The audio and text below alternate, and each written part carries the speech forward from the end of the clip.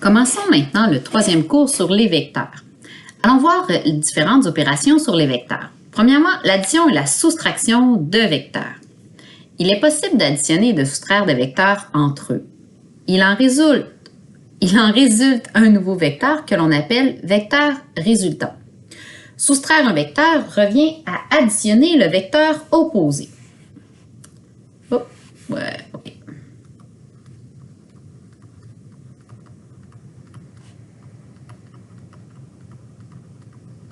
Par exemple, AB et BA sont des vecteurs opposés. Voyons maintenant différentes méthodes. La première méthode que l'on va voir, c'est la méthode du triangle. Donc, soit U et V, deux vecteurs. Pour faire la somme des deux vecteurs, il suffit de les placer bout à bout. La résultante est un autre vecteur qui part de l'origine du premier vecteur et qui rejoint l'extrémité du dernier vecteur. Donc ici, nous avons vraiment le vecteur résultant U plus V. Souvent, lorsque deux forces s'additionnent en physique, on voyait ça, donc on avait le vecteur résultant. Par exemple, le vent, la force d'un bateau, etc. Et là, on a notre vecteur résultant. Dans ce triangle, nous nommons maintenant chacun des sommets par une lettre, tel que le vecteur U sera le vecteur AB, que le vecteur V sera le vecteur BC. On a donc que le vecteur résultant sera le vecteur AC. Il en résulte que lorsqu'on fait l'addition de AB plus BC, nous obtenons le vecteur AC. C'est la relation de Chasles.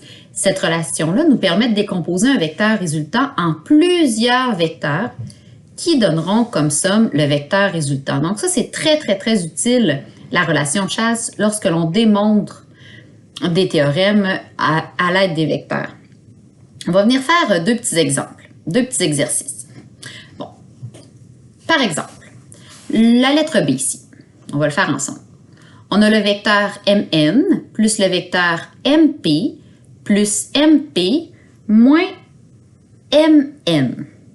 Alors, on se rappelle que moins Mn, c'est comme faire la somme de son vecteur opposé. Donc ça serait égal au vecteur Nm. Alors, au lieu d'avoir la soustraction du vecteur Mn, on pourrait plutôt additionner le vecteur Nm. On obtient donc Mn plus Mp plus Mp plus Nm. Moi, j'aime bien lorsque j'ai deux lettres identiques qui se suivent. Ça veut dire que je peux faire Mn plus Nm. L'addition est commutative. Je peux les changer de place sans problème. Bon, plus Mp plus Mp. Mn plus Nm, on obtient donc le vecteur Mm plus deux fois le vecteur Mp. Le vecteur Mm, je pars du point M, je reviens au point M, c'est donc mon vecteur nul. Plus deux fois Mp. J'obtiens donc finalement, comme réponse, deux fois le vecteur Mp. Allons regarder ensemble aussi la lettre D. Tiens. Alors, AB plus moins FB plus FA. Donc, tout de suite, j'ai envie d'inverser le vecteur FB comme étant le vecteur BF, mais d'en faire l'addition. Parce que là, je vois que je vais avoir des lettres consécutives. AB plus BF plus FA. Vous allez voir qu'au final, on obtient il y a beaucoup de choses qui vont simplifier. AB plus BF, on obtient le vecteur AF, toujours avec la loi de Chasles, la relation de Chasles. AF plus FA, mais on obtient le vecteur AA, qui est notre vecteur nul. N'oubliez pas, hein, d'ajouter la petite flèche au-dessus, parce que ça ne serait pas la même chose si on ne mettait pas la flèche. Je vais vous laisser faire les deux autres lettres, mais avant, on va aller regarder la lettre D. On vous demande d'aller les représenter, les différents vecteurs. Je les ai travaillés avec la relation de Chasles, mais si je les mets dans un plan cartésien, qu'est-ce que ça serait le vecteur U plus le vecteur V? Alors, si je fais la lettre A ici, mon vecteur U, c'est celui-ci, part comme ça, puis il va arriver ici. Donc ça serait mon vecteur U. Là, je ne suis pas capable d'avoir une règle facilement, donc c'est un petit peu plus croche, mais vous prenez votre règle. Plus le vecteur V. Donc, mon vecteur V, je baisse de 1, 2, 3, 4 carreaux, je tasse de 2. Donc, je baisse de 1, 2, 3, 4 carreaux, je me tasse de 2. La flèche, l'extrémité de la flèche du vecteur V doit arriver là. Je vais essayer de tracer ça comme ça. Ça, c'est mon vecteur V. Alors, la somme, donc le vecteur résultant du vecteur U plus V, je vais partir de l'extrémité du vecteur U pour arriver à l'extrémité du vecteur V. J'obtiens donc le vecteur ici U plus V.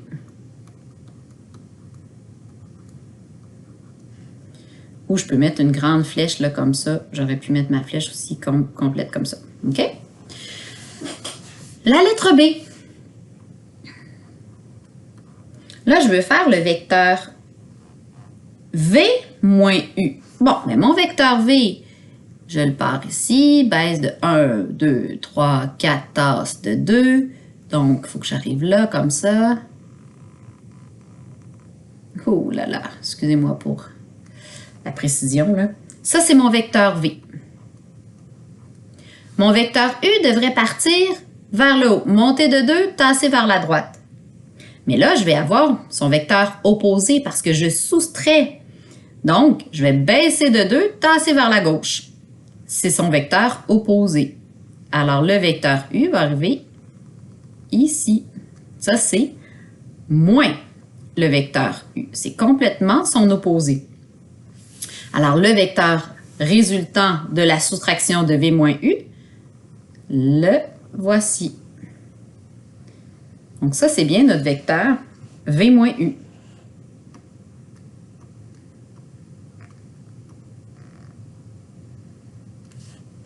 Et finalement,